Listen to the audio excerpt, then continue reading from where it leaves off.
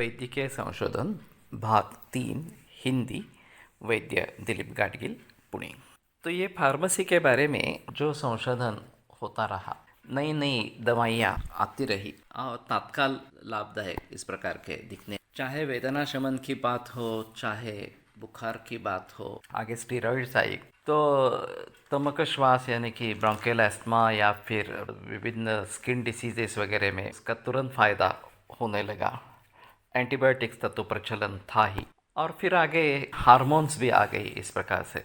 तो इस तरीके से सिम्टमेटिक रिलीफ को एस्टेब्लिश करने में एलोपैथी सफल रही और पूरे विश्व भर में उन्होंने इसके बारे में मानसिकता जताई, बस और कुछ करना नहीं है, ये सिम्टम्स है तो ये सिम्टम्स इस दवा से चले जाएंगे, आपको तात्कालिक लाभ इस प्रकार का होगा और कुछ करने की ज़रूरत नहीं है, ना ही परहेज की कोई आवश्यकता है इस प्रकार से। दूसरी तरफ तकनीक बढ़ रहा था और उसमें काफ़ी डेवलपमेंट होती रही। शुरू में एक्सरे आए और फिर हड्डियों के बारे में, खासकर अगर अस्थिभंग है तो उससे तुरंत अच्छी जानकारी मिलने लगी, जो वैसे केवल हमारे हाथ के ऊपर निर्भर था वो अभी यंत्रों के जरिए उसमें काफ़ी तरक्की हो गई। फिर सोनोग्राफी आई, फिर विभिन्न स्कैन इस प्रकार के आए, तो सीटी स्कैन, पेट स्कैन, फिर एमआरआई स्कैन वगैरह वगैरह इस प्रकार से, और यह सिलसिला बढ़ता ही गया। इसके जरिए सूक्ष्माति सूक्ष्म ज्ञान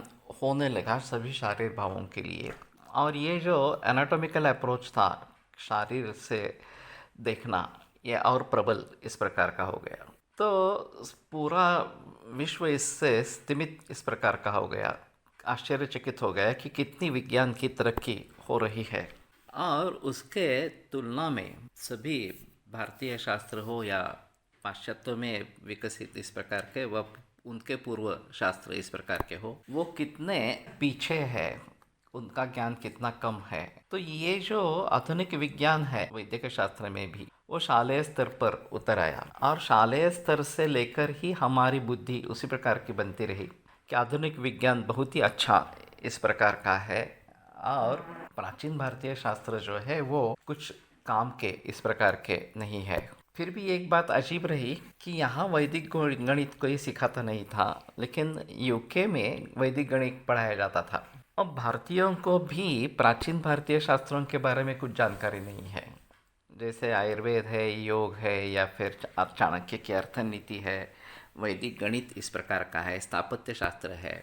तो बहुत सारे इस प्रकार के भारतीय शास्त्र है जिनके बारे में हमें कुछ पता नहीं। भारतीयों की अगर ये स्थिति है तो विदेशी लोगों के बारे में क्या कहना इस प्रकार से। और जो भी संशोधन इस प्रकार से आधुनिक विज्ञान के जरिए होता रहा, उसका एक बहुत बड़ा परिणाम पूरे जनमानस पर हो गया।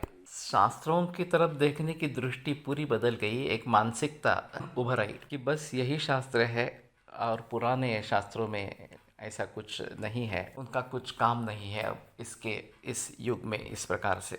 और इसी को लेकर समाज आगे बढ़ रहा है।